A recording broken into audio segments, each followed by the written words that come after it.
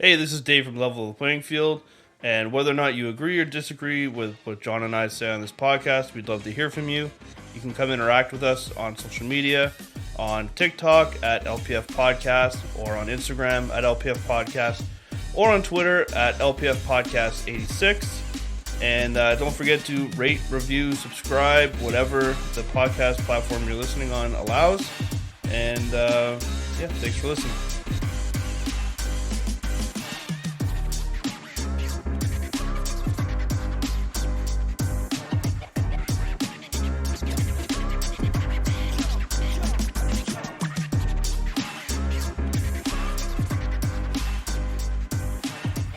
All right, welcome back to another episode of Level the Playing Field. I'm John, and I'm here with Dave.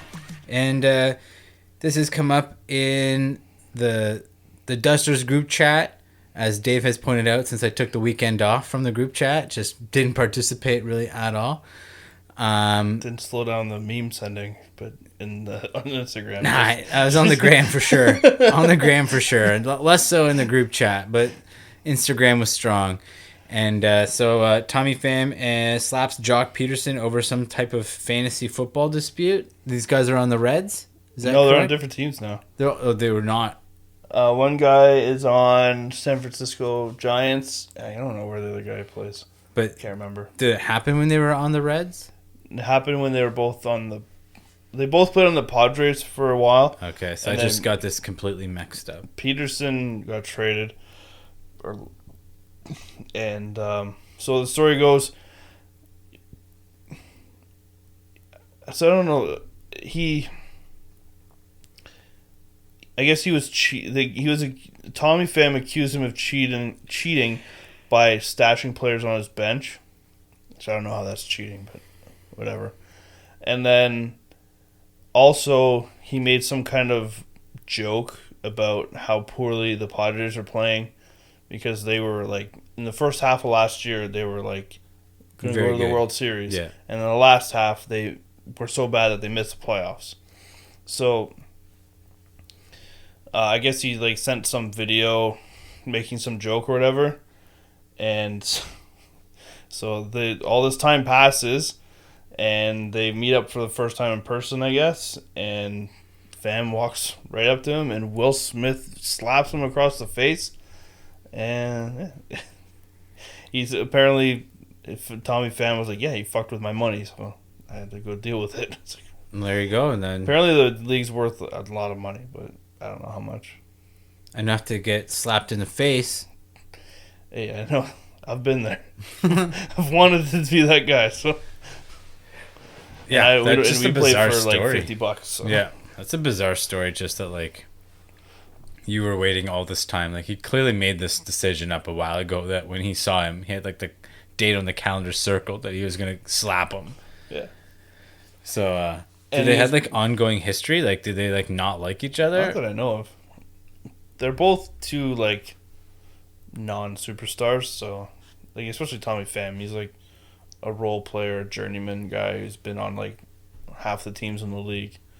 Peterson was. He's had like times where he's been amazing and times where people have been like, why is this guy in Major League Baseball? So Now they'll stick around because they're famous for this slap. Maybe that was the plan. If you let me slap you, we'll prolong our careers by 2 seasons. well, I don't know how much money he thinks that Jock Peterson cost him, but he just lost 3 game checks for this slap. So hopefully it was more than that if that's what he's willing to give up for it. But. Right on. Yeah, just weird times. Just everybody wants to be Will Smith. So to keep it in the baseball world, let's hear you talk about Joey Votto. Yeah, so I was listening to another podcast that I listened to today about baseball, and they were talking about how Joey Votto. Someone wrote an article about like how like the final days of Joey Votto's career or something, like predicting him retiring or something, and I'm pretty sure he was like trolling him, knowing the little bit that I know about Joey Votto and his like personality. I think that he wrote a tweet saying 5 months left, enjoy the show. So I'm pretty sure he was just like trolling this guy, like going along with the story. But so anyways, this brought up like people were talking about it a lot, that he's like kind of hinting at retirement. And it just kind of had me thinking, like, this guy is among the best hitters of all time. He's going to be in the Hall of Fame. But he's never even, like, indicated he's wanted to be part, like, of a winning team. He's been on the Reds his whole career. They've been bad the majority of it. He's has a no trade clause. He's refused. I don't know how many times they've tried to trade him and he said no, or if they just knew not to bother. But like, he has no trade clause. He's never indicated he's willing to leave. He's signed a few different contracts with them, like re-upping and staying there longer and longer. The team has never really shown any like inclination to be a good team around him.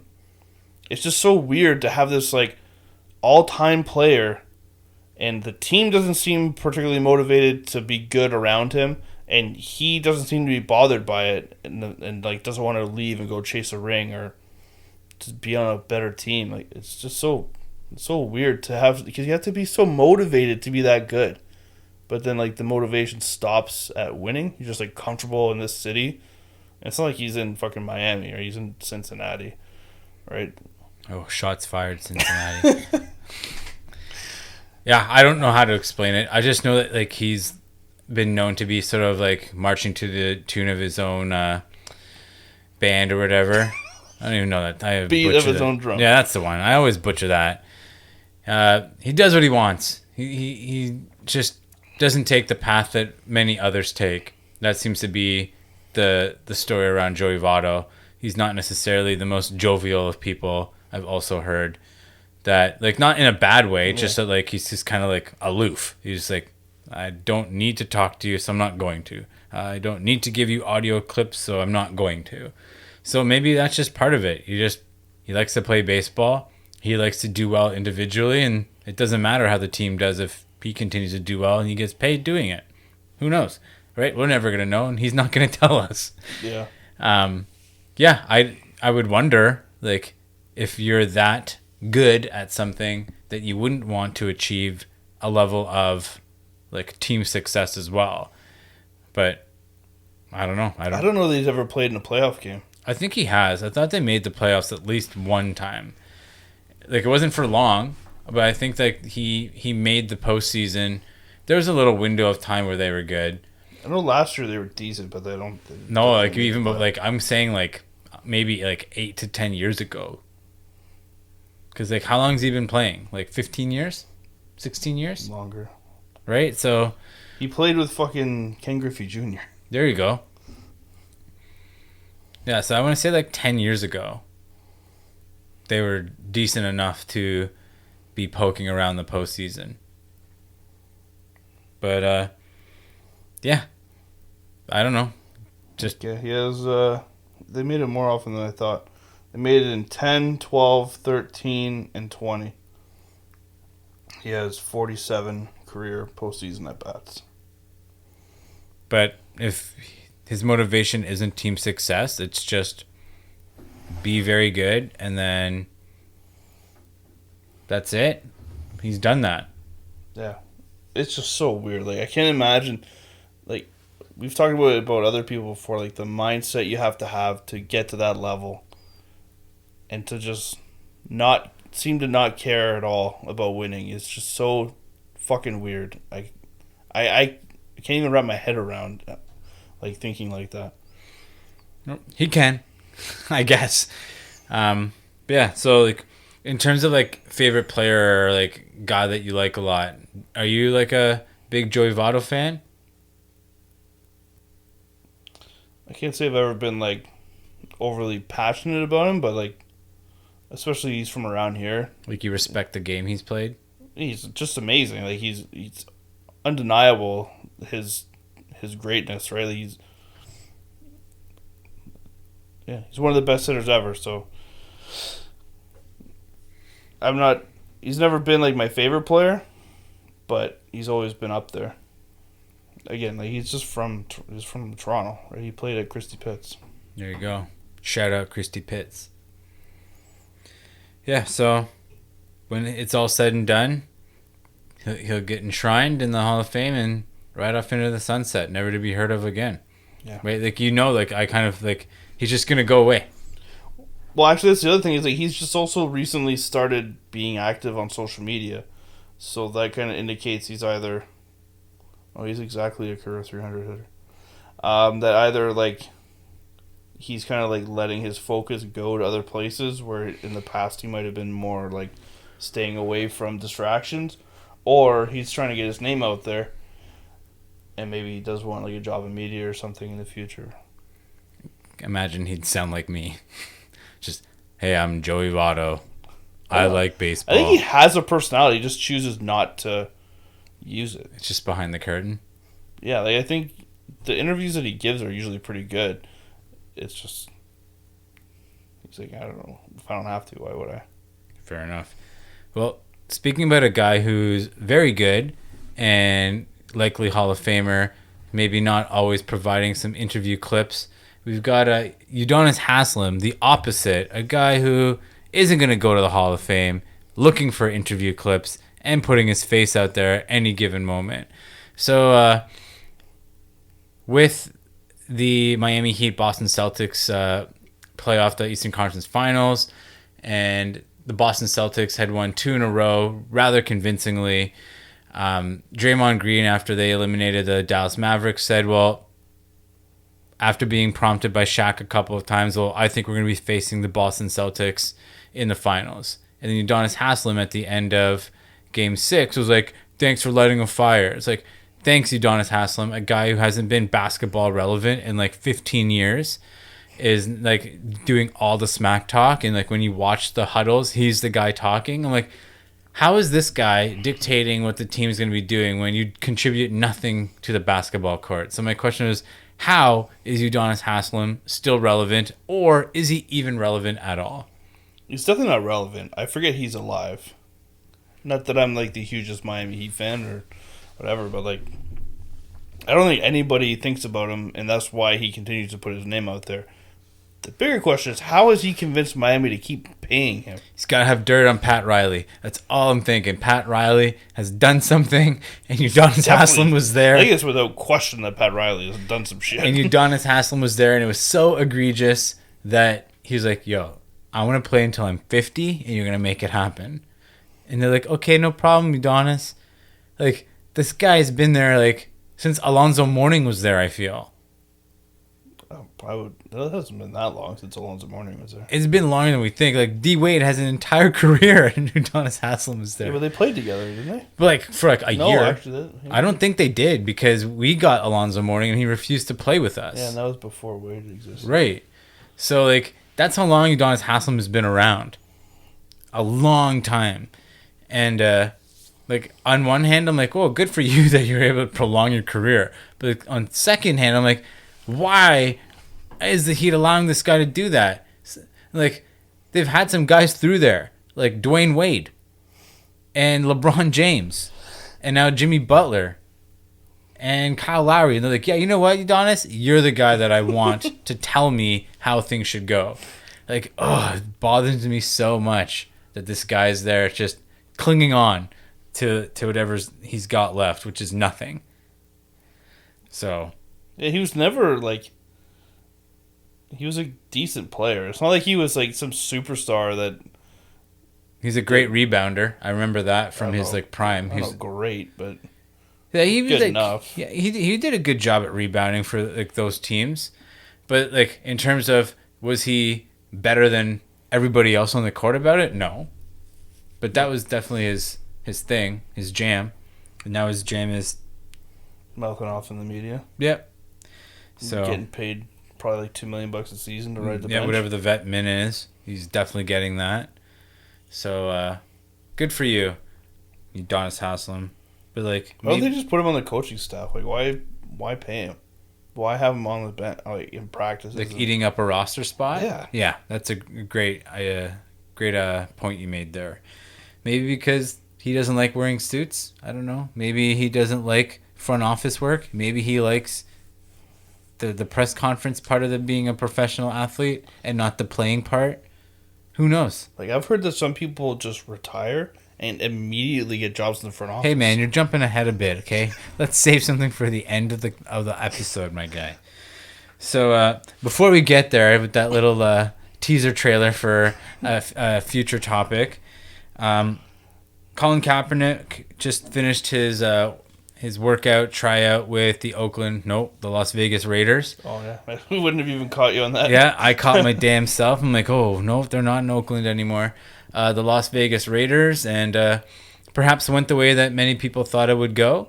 He hadn't really been around football for close to 6 years, is 6 years at this point.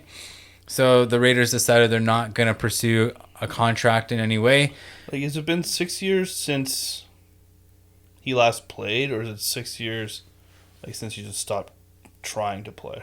I think whether you think that's the same or not, I think he hasn't played since 16. Right, okay.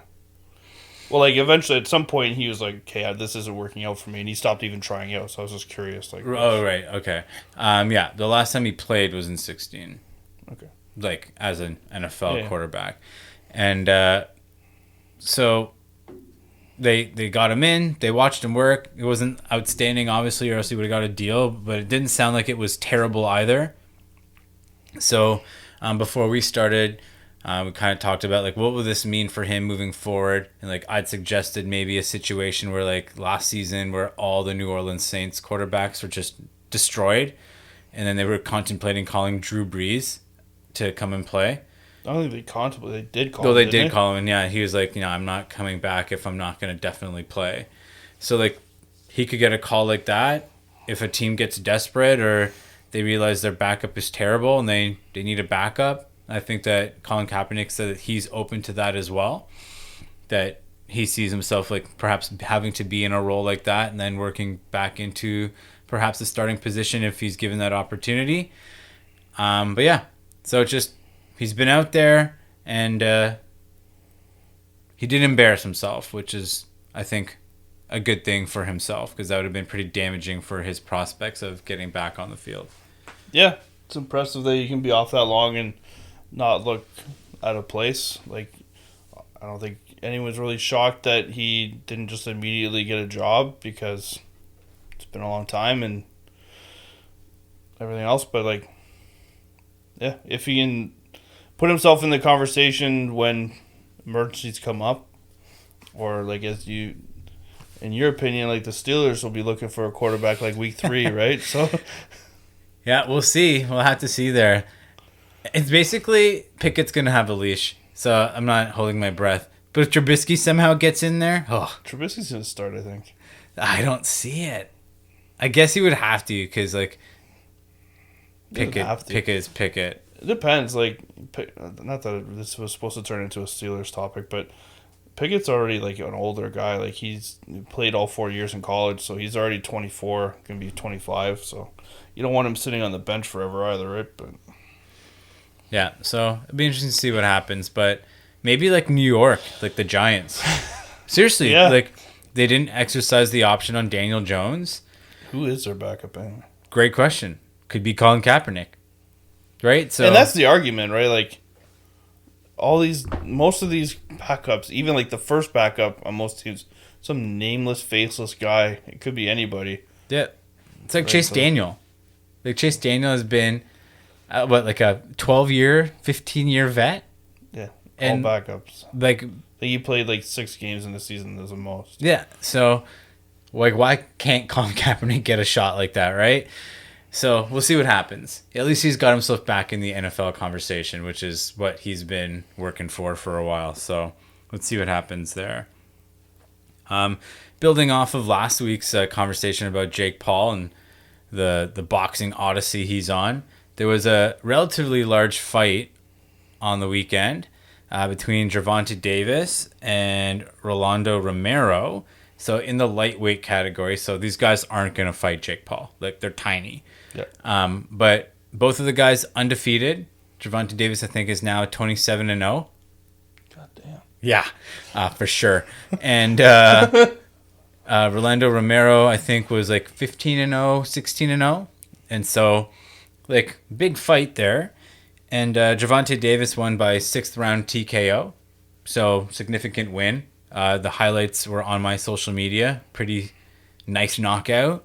But is this the problem with boxing now? Like, who knew about this? Nobody. Right? I'm pretty sure you made up those names. Like, I in fact did not make up those names, but like I feel like that's the problem, right? Like, two undefeated guys are meeting.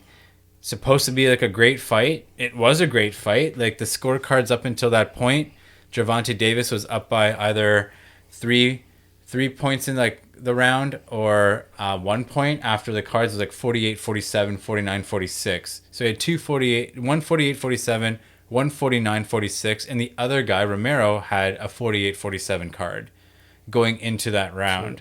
So it was a tight fight. And then he landed a beautiful shot and sat him down and was over. So it wasn't even like it was boring. Yeah. But these guys got no shine. No one's talking about it. And it kind of goes back, like, the reason why I brought it up is that, like, people are talking about Jake Paul. So, like, what's different beyond him? Is that the thing that's making it happen now? Yeah. Is this somebody that actually has a following is doing the fighting?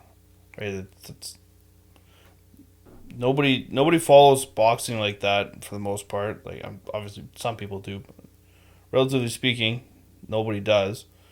So you have to do something outside of boxing to get people engaged. Nobody really does that, right? So that's why these people from outside of boxing, that's why I knew more about Frank Gore fighting Deron Williams, even though I'm sure that was a horrendous fight. I didn't watch it, but like, I knew about it. I've never even heard of these guys. If it's not, I know about 3 fighters. I can only name one of them right now. Tyson Fury, right? They're all in this. I know the 3 big guys, or I've heard of the 3 big guys in the heavyweight division. So I can't remember their names, but there's like an English guy, Anthony Joshua. Yeah, that one, and then another one that Anthony Joshua keeps. I think so. Tyson Fury keeps beating up Anthony Joshua, and Anthony Joshua keeps beating up this other guy. I don't know. Joshua and Fury have never met, but they want to fight. I thought they did. No, Fury beat up Deontay Wilder. Oh, okay, yeah. So, sorry, I got it mixed up. But Wilder keeps beating Joshua, right? No. That's why he got the shot, isn't it? No. They're undefeated. All 3 of those guys are undefeated, and they kind of like danced around each other until Fury and Wilder fought, and it ended up in a draw the first time. And then they fought again, and Fury beat him. And then they just fought again recently, and Fury beat him again. So that kind of like eliminated Wilder from like being the top guy. And then while that was happening, Anthony Joshua was fighting other guys and like kind of like waiting in the wings to have that sorted out. And the winner of that was going to go with Joshua. But then Joshua lost. And then that took the shine off of him. And so like he's been working back and he beat that guy, like Ortiz or whatever. Like, this guy doesn't look like a traditional boxer. Doesn't look like Anthony Joshua looks. The guy is jacked. Looks more like his Tyson muscles. Fury. Yeah. Like, no, like even worse like than Tyson Fury. And so Joshua lost to that guy. He had a rematch, beat him, and then he had been winning until recently he dropped another fight. So now he's got 2 losses on his record. Tyson Fury's undefeated. So now if Joshua can get another win under his belt, they're likely going to fight because there isn't anyone left to fight in the heavyweight division. But those 3 guys that you know of were because they were all undefeated and they kind of like posturing to get these big fights amongst each other. Right. Yeah, I know of like Fury and Wilder, even though I couldn't remember Wilder's name, because of like their big fights, right? They had, like you said, 3 of them. I know of Anthony Joshua because like the Andrew Schultz is a huge boxing fan, so when he talks on Flagrant, when like boxing stuff comes up, he'll talk about it sometimes. But yeah, that's it. Yeah. Then there's Canelo Alvarez. So heard of him. Yeah, he's pretty good. Although he moved up in weight and he lost, so that took some of the shine off of him. He also lost to Mayweather like years ago, while Mayweather was still fighting. So, but he was like the guy that kind of was filling that void in that like weight class. But he's fighting Triple G, like Gennady Golovkin or whatever. and they're setting up another fight. So those are the guys I know. Like, I'd kind of heard of Gervonta Davis. I didn't know he was undefeated. Didn't know he's a lightweight. Didn't know that this was his third defense of all his titles. I didn't know any of that stuff. So, yeah, I guess you just gotta... I guess because, like, Mayweather and Pacquiao, they had, like, followings outside of boxing.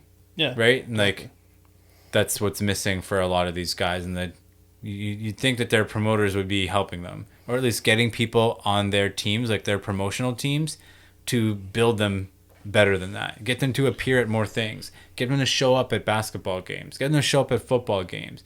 Get them to do like weird intros like The Rock did at the Super Bowl. You know what I mean? Like, find them opportunities like that. Not the Super Bowl. They're not going to be invited to the Super Bowl. But give them opportunities like that. So like, who is this guy? Oh, maybe we should check him out. Yeah, I don't know. I don't know what the solution is, because it's not like boxing ever was. I was gonna say like you said, get these guys doing stuff outside of boxing, but like it's not like they ever did that. It's just like boxing was just bigger for no reason other than it was around for a long time. I think, right? Like, and it was entertaining. Like, people like watching it, but like there was no like external thing that like drove it. Like, I was gonna say, even all these like household names like Mike Tyson, like the most famous thing Mike Tyson's is the most thing Mike. The thing Mike Tyson is, Jesus fucking Christ. Today, Junior. The thing Mike Tyson was most famous for before he started being in movies post career was like his ridiculous interviews. Going to jail. And yeah, and going to jail for raping somebody. Like, which is not something that you really want to be emulating as another person. So the interviews, maybe, as long as you can deal with the backlash of saying you want to rip people's hearts out and eat their children. Yeah. Which is like, I know it's like an awful thing, but that's like my favorite fucking line of all time. Yeah. That whole fucking like 30-second thing that he says there is insane and amazing. Yeah, well, I know that for a while that like promoters didn't want to work with each other, and I think that killed boxing as well. Like, they kind of want to protect their fighters, and like if they weren't making money off of it, or like one promoter would be making more than the other, I know that got in the way for a while. And then in that time, other sports have kind of like filled that void. Like, the big four have always been there, but like it's so much more widespread than it's ever been. Mixed martial arts being there, right? Seeing some more spectacular knockouts, right? All that kind of stuff will get in the way. So hopefully, like, some of these guys that are big boxers right now find a way, because it's not like they're not skilled. It's not like they're not incredible athletes. So, or they'll just have to learn to grapple. Yeah, well, and some of them are, right. Like, not really in the men's division, but what's her name? Like Clarissa Shields, I think. She was like the best female boxer. And like, she's gone over to mixed martial arts now because there isn't a paycheck in boxing for her anymore. Right. So, well, at a certain time, like especially in like in divisions like that, where like there's not any women banging the door down to be professional boxers, right? So at some point, you just run out of fights. Yeah. Right. Like, there's only so many people. You can only beat like, even like Fury is part of the reason why he hasn't fought in forever, because who's he supposed to fight? Like, anyone else isn't worth his time. Yeah. So if you're the best female boxer by a mile, why are you just going to put yourself out there to potentially lose, ruin your legacy, get hurt, whatever, like for a middling paycheck against some nobody? Right. Yeah. So maybe we just figured out what's wrong with boxing. Good job. Problem solved. I don't think. I nailed it. All right. So to get back to what Dave alluded to earlier, Mississauga born Jason Spezza has recently just announced his retirement and has been immediately appointed a position in the Maple Leafs front office as a special assistant to Kyle Dubas, the Toronto Maple Leafs general manager.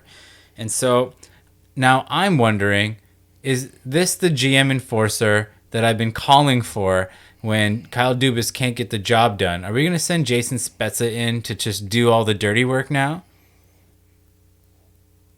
Yes. All right. So on top of like my continuation of my GM enforcer idea, like, how does this happen? Like, just he literally played like 2 weeks ago, and now he's got a position right next to Kyle Dubas. Yeah, it's a pretty steep jump. Like, I don't know. I don't I don't really know anything about Jason Spezza other than like his hockey credentials. Like that would make him qualified to be an assistant GM the day he retires. Well, it's special assistant, so it's not like an assistant GM. I don't know what that means. I don't know what it looks like. Is it just because he hasn't logged enough time and he'll be the special assistant for like a season and then he gets the official assistant GM title? No, well, when Dubas gets fired in a year, they'll all get fired anyways, so it doesn't really matter. Got it. But yeah, Jason Spezza. Yeah, I don't know. Is it a huge shot that he didn't go to Ottawa and fucking be the assistant? I think he's a highly intelligent guy and he knows that Ottawa's not it. If the Maple Leafs come calling and go, hey, do you want to work with us or maybe try something out down the road with Ottawa? What do you think, Jason? I think he's smart enough to know it's probably going to be a better experience in Toronto than it's going to be in Canada. Yeah. I don't know. I just think it's crazy. Like he was playing 2 weeks ago. And like, you know what? It's a good idea. Come join us in our front office. I have no idea what he's gonna do. Like, what is he? Does he have some like really good insight into what the issues are on the ice? I don't. He might, but like we talked about last week, like there's so many restrictions to what they can do. Maybe he's really in with Austin Matthews, so when it comes time to re-sign, Jason Spezza will be the guy that massages that. Well, according to Ryan Whitney, there's not a shot in hell that he re-signs. So. Oh yeah, that's too bad because he's good. That's what he said on Spin Chicklets, and Biz kind of backed him up too. Just because he can get more money going somewhere else, or because he'll win going somewhere else. I think.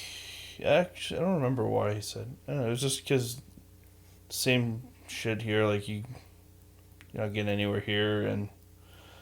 You can go home, play for Arizona, or you can go play for a big American market and make a ton of money on endorsements. Yeah, go home, play in Arizona, and that 3,000 I just saw it. capacity I didn't arena. listen. I just saw it in a clip, and they said, if you think that he's going to re-sign, you're dreaming.